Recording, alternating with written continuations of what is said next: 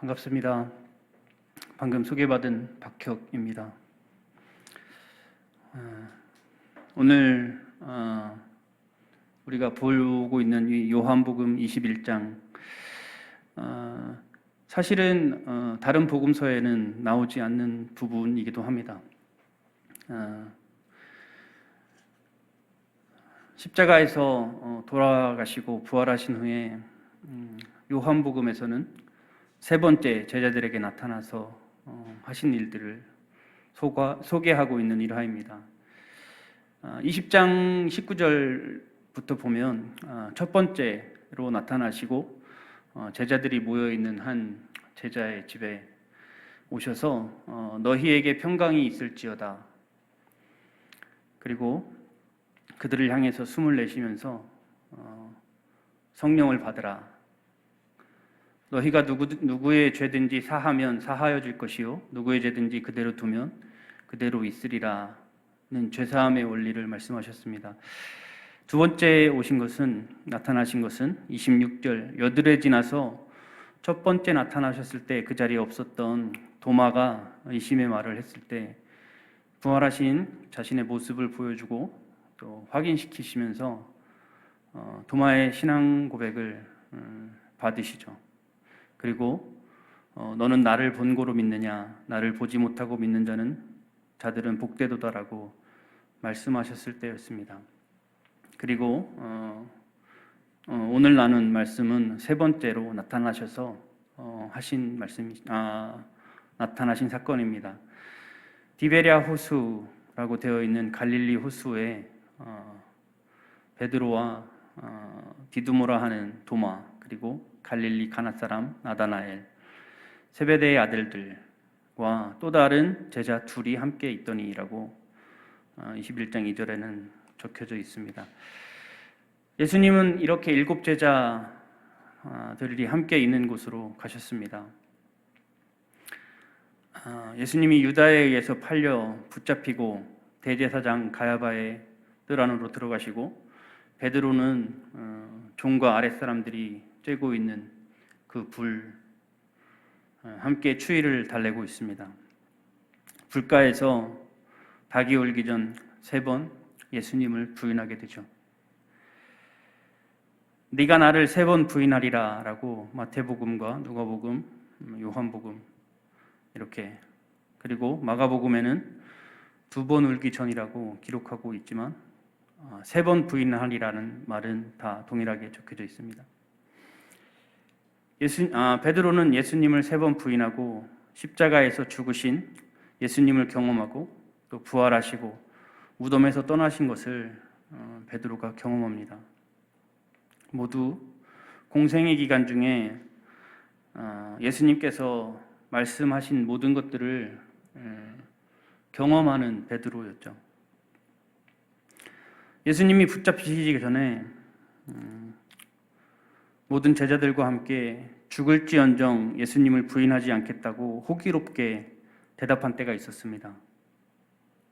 그러던 베드로가 그 다른 제자들과 함께 물고기를 잡으러 갑니다.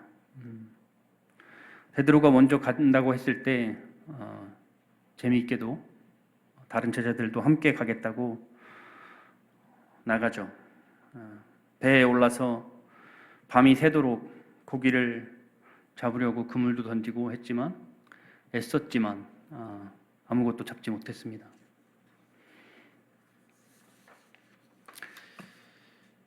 날이 새어갈 때 예수님이 바닷가에 서셨고 제자들은 예수님이 계신지 몰랐습니다. 예수님께서 제자들에게 얘들아 너희에게 고기가 있느냐? 라고 질문하십니다. 없나이다. 그물을 배 오른편에 던져라. 그럼 잡을 수 있을 것이다. 이렇게 말씀하실 때까지 제자들은 주께서 말씀하시는지 알아듣지도 알 필요도 못 느꼈었던 모양입니다. 예수님께서 말씀하신 대로 배 오른편에 그물을 던졌습니다. 많은 물고기로 인해서 그물을 들지 못할 정도로 무거운 그런 상태였습니다. 이때 예수님께서 사랑하는 제자, 그 제자가 베드로에게 주님이라고 말하자 그때서야 베드로가 벗고 있다가 주님이라는 말을 듣고 겉옷을 두르고 배에서 뛰어내려서 바다로 뛰어내립니다. 다른 제자들은 작은 배를 타고 물고기가 든 그 그물을 끌고 옵니다. 그런 제자들을 위해 숯불을 피우시고 생선과 떡을 굽고 계셨고 잡은 생선을 좀 가져오라고 말씀하십니다. 베드로가 올라갔습니다. 그리고 153마리, 수가 중요한 것은 아니고 그때 당시에 어부들이 잡은 고기를 내다 팔으려면 이 셈을 해야 되었던 모양입니다. 주님께서 제자들을 친히 찾아오셔서 제자들에게 조반을 준비하시고 먹으라고 하십니다. 맛있게 먹었을까요? 여러분들이라면 이 상황에서 어떻게 하셨을까요? 저라면 잘 먹었을 수도 있겠습니다. 예수님은 괜찮은데 제자들의 지금 심정이 어땠을까요? 죽을지언정 주님을 배반하지 않겠다고 큰 소리치던 그들에게 주님께서 나타나셨습니다. 그리고 불가에서 예수님을 모른다고 부인하던 베드로 앞에 숯불을 피우시고 아침을 먹을 수 있게 하시고 말씀하십니다. 베드로가 예수님을 부인했던 상황과 비슷한 상황으로 데려가시는 예수님이셨습니다. 그리고 그곳에 회복의 은혜가 나타나는 시작점이라고 저는 생각했습니다. 속 깊은 곳에서 나온 자신만이 할 수 있는 회개로부터 회복이 시작된다는 말씀입니다.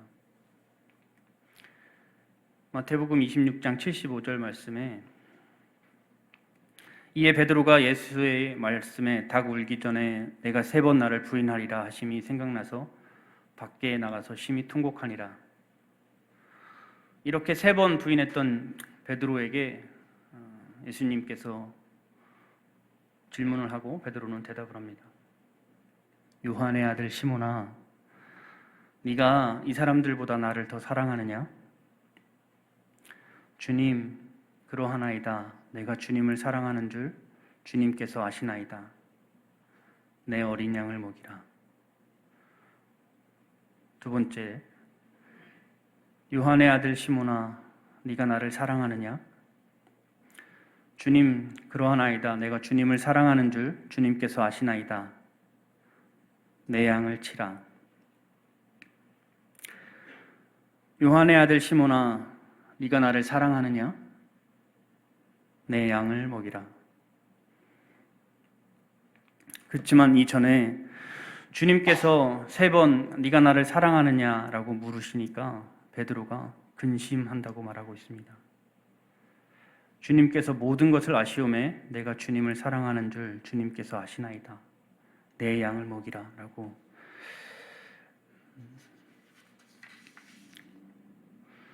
세 번 물으십니다. 3번. 처음 2번은 우리가 아는 바로는 아가페적인 질문을 하셨다고 합니다. 그렇지만 3번째는 그냥 우리가 흔히 아는 그 사랑, 그 남과 여의 사랑은 아니고 친구와 친구로서의 사랑에 대해서 대답했다고 하는데 우리가 한글로 성경을 보기 때문에 우리는 그냥 그대로만 봐도 충분히 이해가 될 것 같습니다. 아무튼 3번 부인했던 베드로에게 3번 물으시며 그 상황의 회복을 원하시는 예수님의 마음이라고 저는 느꼈습니다. 2008년도에 제가 제주에 있는 열방대학에 DTS 훈련을 받으러 갔습니다. 잘 다니던 직장을 그만두고 34살의 나이에 훈련을 받으러 갔습니다. 만 5개월의 훈련이 끝나고 집으로 돌아와서 하나님, 이제 저는 어떻게 살아야 됩니까? 다시 직장으로 가야 하는지, 새로운 시도를 해야 되는지 묻기 시작했습니다. 그때 3개월 동안 DTS에서 묵상했던 요한복음을 다시 묵상하기 시작했고 기도하였습니다. 제 마음은 하나님을 위해서 어떤 일, 사역을 하고 싶었고, 믿음의 기반을 두고 급료를 받지 않고 관계에 의해서 재정과 기도 후원을 받으며 사역을 해야 되는 그러한 상황들이 자신 있지는 않았습니다. 두려움도 있었고 지금까지 그렇게 살아본 적이 없었습니다. 그렇지만 마음 주시는 대로 예수전도단의 한 사역에 지원을 했고 응답받기를 기다렸고 그 시간이 3개월이라는 시간으로 저는 정했었습니다.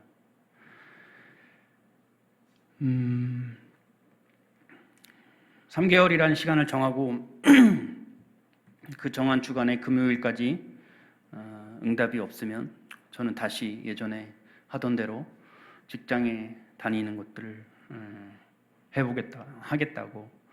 그렇지만 연락이 와서 사역을 같이 하자고 하면 새로운 시도를 해보겠다는 결단이었습니다. 마지막 주간이 되었죠. 더 빨리 연락이 왔으면 마음도 편하고 또 가부간에 결정이 된 상태여서 제가 어떤 것을 할 수 있었을 텐데요. 마음은 점점 기울어지고 정한 시간이 거의 다 됐습니다. 수요일이 지났는데도 가타부터 아무런 연락이 없었습니다. 인터넷과 구인 광고를 통해서 저는 새로운 직업을, 새로운 직장을 찾고 있는 저를 발견하게 되었습니다. 그런데 다음 날 목요일 저녁이 다 돼서 서울에서 연락이 왔습니다. 그 다음 날이면 이제 제가 제 마음속에 정해놨던 그 마지막 날이었는데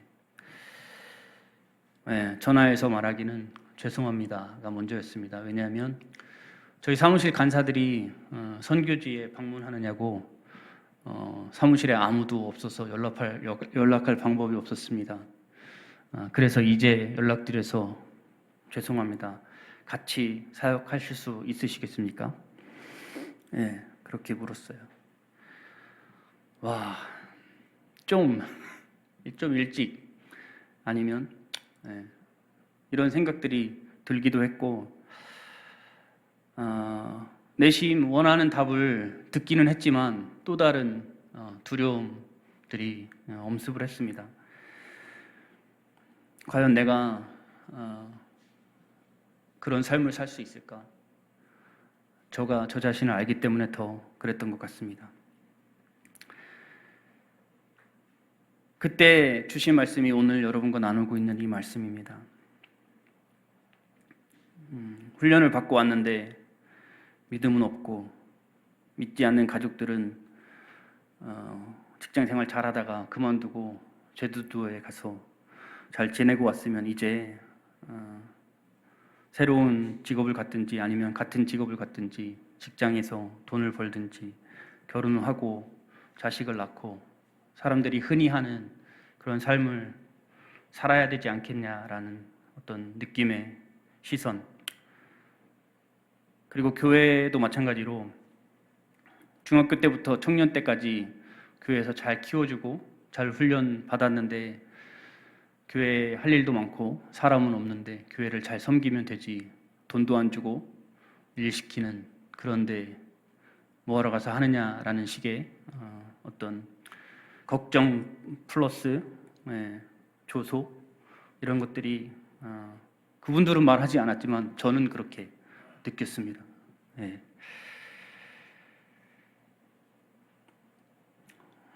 더 이상 무엇을 해야 할지도 모르겠고 혼돈과 혼란만이 계속되던 때 조용하고 분명하게 베드로에게 말씀하셨던 요한의 아들 시몬아 하시는 게 마치 저에게 말씀하시는 것 같았습니다. 얘 혀가 네가 지금 너가 보고 있는 시선으로 보고 있는 사람들보다 나를 더 사랑하느냐? 라고 물으시는 것 같았습니다. 내 어린 양을 먹이라, 내 양을 치라, 내 양을 먹이라 라고 말씀하신 그 주님의 음성을 듣고 3개월의 숨죽임이 폭발하는 시간이었습니다. 교회를 다니고 20년이 넘고 열심히 살려고 아둥바둥 치면서 교회에서 칭찬도 받고 기도도 많이 받으면서 교회 안에서는 좋았지만 믿지 않는 가정에 주일날 교회에서 뭐 이것저것 섬긴다고 집에는 전혀 도움이 되지 않는 일손이 되지 않는 그런 시선이 부담스럽기도 했고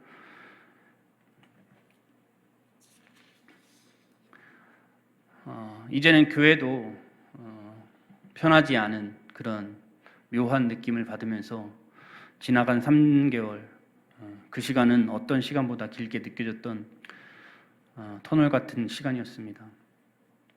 그러던 시간 가운데 찾아와 주신 주님은 죽을지언정 당신을 배반하지 않겠다던 베드로와 제자들의 배반, 자포자기의 상황 가운데서 다시 찾아오셔서 밤새 바람을 맞으며 잡은 고기조차 없는 빈배에 있는 제자들을 위해서 따뜻하게 숯불을 피우고 생선과 떡을 굽고 계시던 예수님이 얘들아 너희에게 고기가 있느냐? 라고 물으시던 그리고 없다고 대답을 하자 배 오른편에 던지라 그러면 잡을 수 있을 것이다. 떡과 생선을 나누고 같이 밥을 먹습니다. 먹는 둥 마는 둥 하던 베드로에게 예수님께서는 네가 이 사람들보다 나를 더 사랑하느냐? 그 질문이 저에게 마음을 후비던 시간이었습니다. 콧물과 눈물을 쏟으며 믿음이 없는 저 자신이 회개하고 주신 마음을 따라서 사역에 첫 발을 내딛던 때가 그때였습니다. 그리고 제가 지금 이 자리에 있는 것도 그때 그 발걸음을 떼었기 때문에 이 자리에 있다고 저는 믿습니다. 사랑하는 새로운교회 성도 여러분, 2000년 전에 제자들에게 그리고 10여 년 전에 저에게 이제는 여러분들께 주님께서 묻고 계시는 것 같습니다. 네가 여기 있는 사람들보다 나를 더 사랑하느냐? 라고요. 다른 사람의 눈치 볼 것 없습니다. 절대적인 기준이 아닙니다. 여러분 각자에게 주시는 그 하나님의 음성을 듣고 반응하시는 여러분 되시기를 축복합니다. 여기서 끝이 아닙니다. 주님께서 베드로를 더 격려하시며 두려움으로 부인하고 자신의 원래 삶으로 돌아갔던 부끄럽고 염치 없어 하는 베드로에게 죽음까지도 불사하고 하나님께 영광을 돌릴 것이라며 나를 따르라고 하시며 새로운 소망과 용기를 주십니다. 요한복음 21장 18절 말씀인데 함께 읽어보실까요? 시작. 내가 진실로 진실로 내게 이르노니 내가 젊어서는 스스로 띠띠고 원하는 곳으로 다녔거니와 늙어서는 내 팔을 벌리리니 남이 내게 띠띠우고 원하지 아니하는 곳으로 데려가리라. 19절의 말씀을 보면 이 말씀을 하심은 베드로가 어떠한 죽음으로 하나님께 영광을 돌릴 것을 가리키심이로라. 그리고 난 다음에 베드로에게 나를 따르라 라고 말씀하고 계십니다. 우리가 느끼기에는 베드로의 죽음이 왜 하나님인 예수님께서 격려하시는 말인지 이해가 되지 않을 수도 있지만 베드로는 3번씩이나 예수님을 부인하던 그때가 생각나지 않았을까라는 생각이 듭니다. 또 그런 상황과 비슷한 상황을 만드시고 3번의 물음을 통해서 3번 부인했던 그것을 따뜻하게 회복시키는, 그리고 거기서 끝나시지 않고 더 깊고 높은 곳으로 베드로를 초청하셨습니다. 사랑하는 새로운 교회 성도 여러분, 사업과 회사 문제로, 결혼 문제로, 부부 문제로 태의 문이 열리기를, 자녀 문제로, 코로나 상황으로 많이 지치시고 힘드십니까? 하나님을 경험하고 싶은데 안개와 같은 상황, 안개와 같은 심정, 그런 심정이신가요? 주님께서 사랑하는 새로운 교회 성도 여러분을 부르고 계십니다.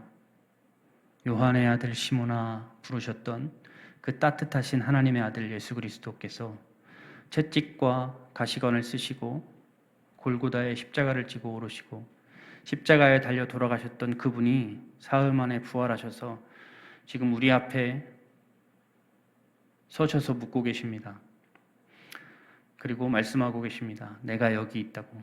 나와 함께 다시 가자고. 손 내밀어 우리를 초청하고 계십니다.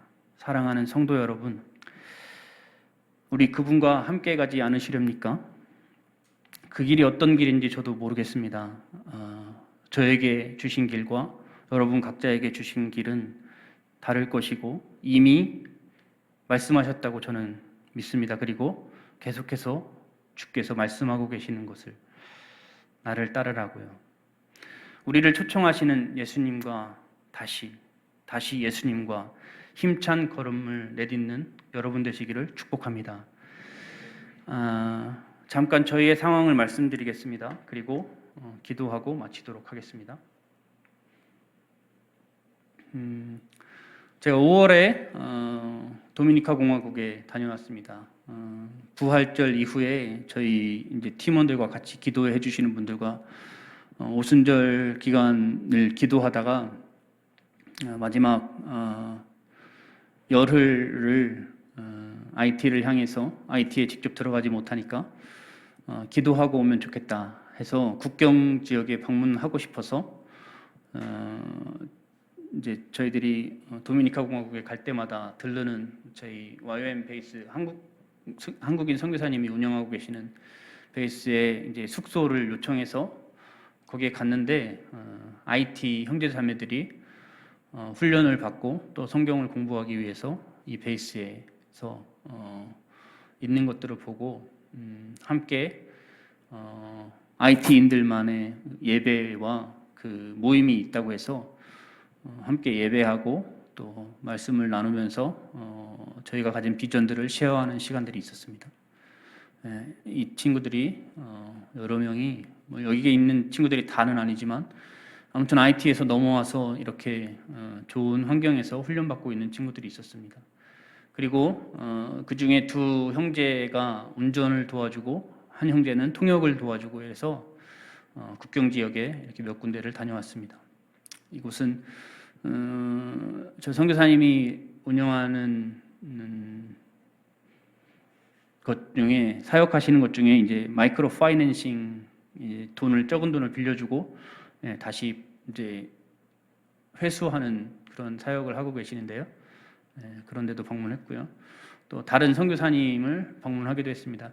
그러니까 지금 제가 사진을 찍었는데 우측에 있는 그 검은 형제가 IT 형제고 저희들이 잘 아는 저희 사역지와 마주한 곳에 사역하시는 선교사님하고 같이 살던 친구인데 그곳을 떠났다고 이야기하면서 이곳에 왔다더라고요. 그래서 성경 바이블 칼리지 하고 있는 그때 저희에게 도움을 주러 왔고 그 옆으로 쪼로록 이렇게 세 분이 저와 같이 간 팀원들이고 두 분은 그 도미니카 공화국에서 사역하시는 선교사님들입니다. 그리고 여기가 이제 IT와 도미니카 공화국 중간 부분에 위치한 국경인데 국경이 여러 개가 있어요. 공식적으로 3개의 국경이 있는데 그 중에서 제일 가운데에 있는 국경을 향해서 걸어가시면서 기도하시는 저희 리더 할아버지 목사님의 모습이고요. 이것은 그곳에서 함께 예배하고 또 그 IT인 교회에 방문했던 사람들이 있어서 같이 저 친구들에게 뭐 먹고 싶냐 했더니 치킨을 먹고 싶다 해가지고 KFC에서. 그리고 베이스 환경이 좋으니까 IT에서 아울리치를 도미니카 공화국으로 온 친구들이 있어서 그 친구들에게 또 비전을 나누는 예배. 그리고 국경 지역의 마을에서 온 저 기타 치고 있는 형제가 도미니카 국적인데 IT인이에요. IT인인데 그 가정에 이제 그 국경을 방문하기 전에 그 가정에서 잠깐 이제 쉬었다가 가정 자기 형제들을 소개하고 또 도미니카와 IT 국경을 가기 전에 있었던 일이고요. 여기는 국경은 국경인데 공식적으로 이민국이 있지 않은 국경입니다. 그래서 IT 땅도 밟을 수 있고 도미니카 땅도 밟을 수 있는 그래서 이곳에서 함께 갔던 저분들과 그리고 그 마을 사람들이 섞여서 함께 기도하고 IT를 위해서 그리고 IT의 회복을 위해서 기도하던 모습인데 저희들이 IT 땅을 밟고 싶었는데 이렇게라도 국경을 밟을 수 있어서 얼마나 감사했는지. 그리고 RH라고 써 있고 반대편에는 이제 RD라고 써 있는데요. 도미니카 공화국과 IT를 한꺼번에 밟을 수 있는 그런 국경 지역이었습니다. 네, 저희 팀 같이 이제 도미니카 공화국을 방문했던 팀이고요. 검은 옷을 입은 사람들은 한 교회에서 약간의 지원을 받아서 수영로 교회 옷이 아니라 새로운 교회 옷이 아니라 주님의 교회 옷을 입고 함께 기도하고 나누는 시간.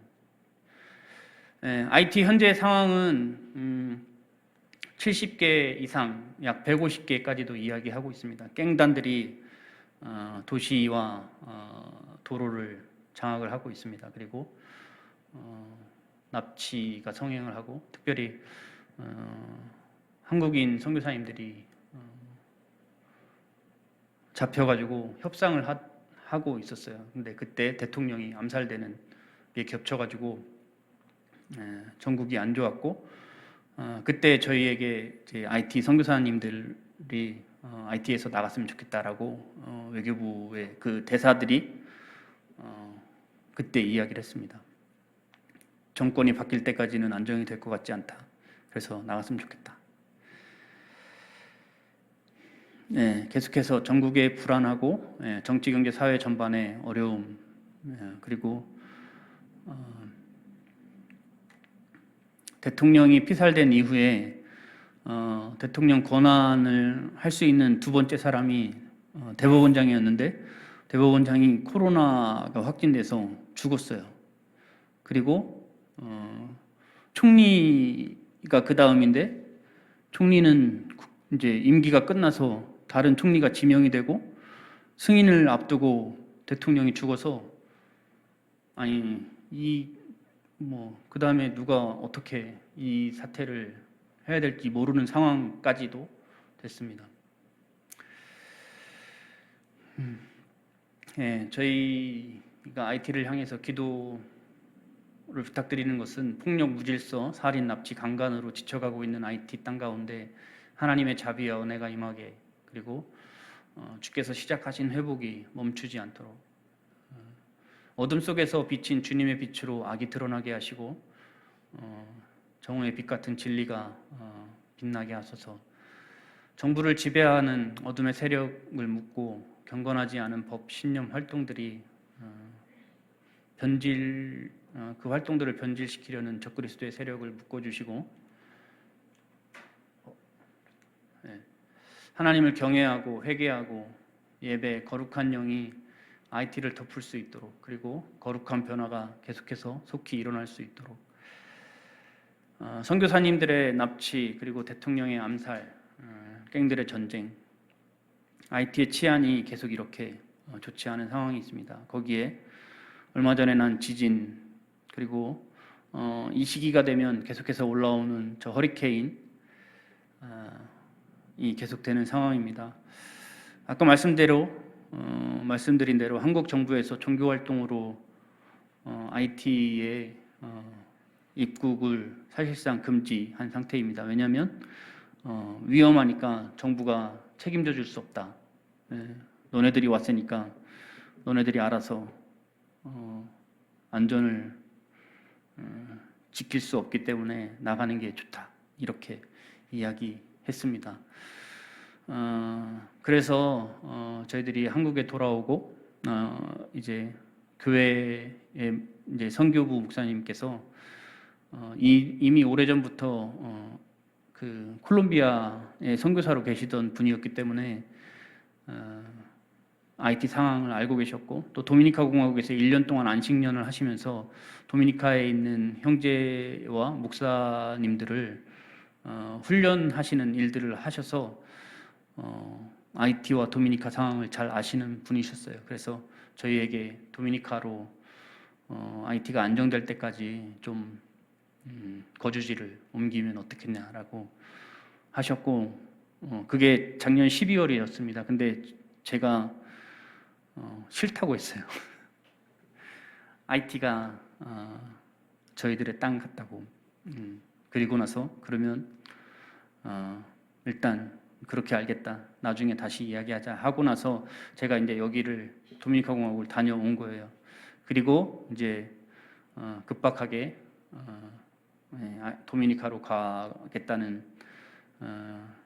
의견을 드리고, 그렇게 되면서 도미니카 공화국에 비자를 하기 위해서 서류하고, 이제 도미니카 공화국에서 준비할 수 있는 서류들은 다 준비돼서 어제 보내졌다고 합니다. 그리고 우리가 여기서 준비해야 되는 서류들을 준비해서 이제 그 서류와 함께 이제 대사관에 제출을 하고 비자를 받으면 저희들이 비행기 표를 끊어서 나갈 준비를 하고 있습니다.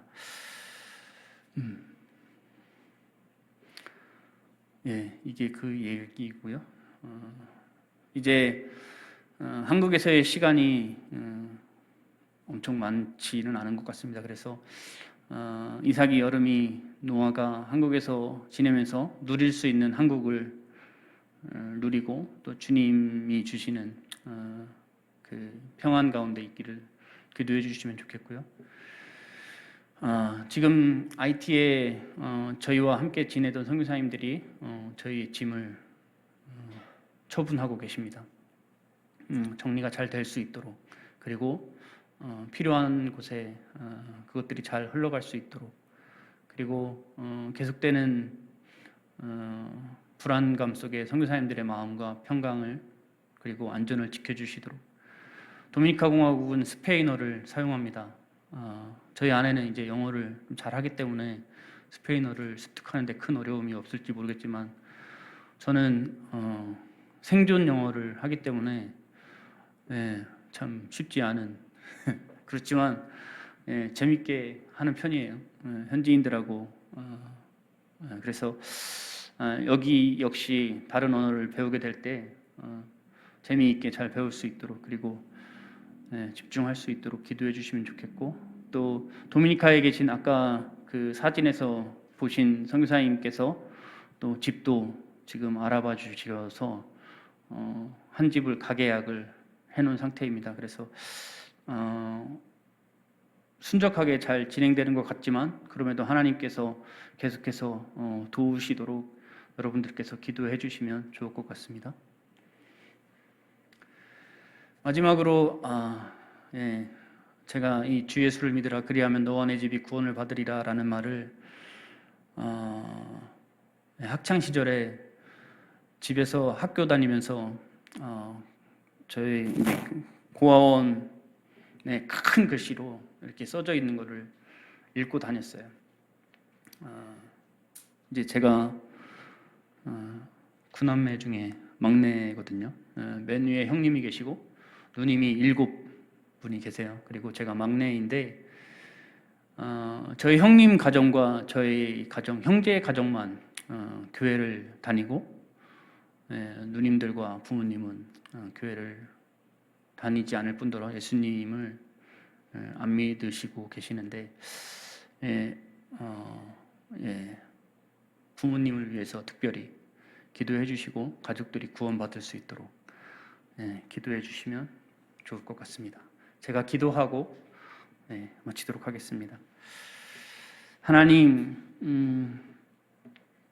하나님께서 저희들 앞에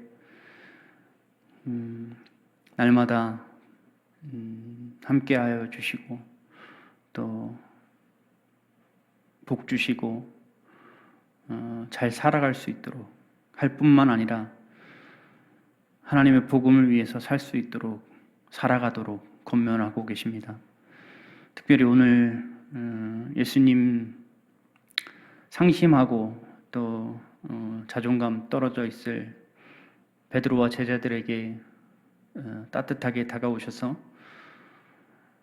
회복을 바라시는 마음으로 그리고 떡을 떼며 네가 여기 있는 사람들보다 나를 사랑하느냐라고 물으시는 그 물음은 베드로를 취조하기 위한 것이 아니라 베드로에게 다시 한번 기회를 주시기 위해서 물은 것처럼 저는 느꼈습니다.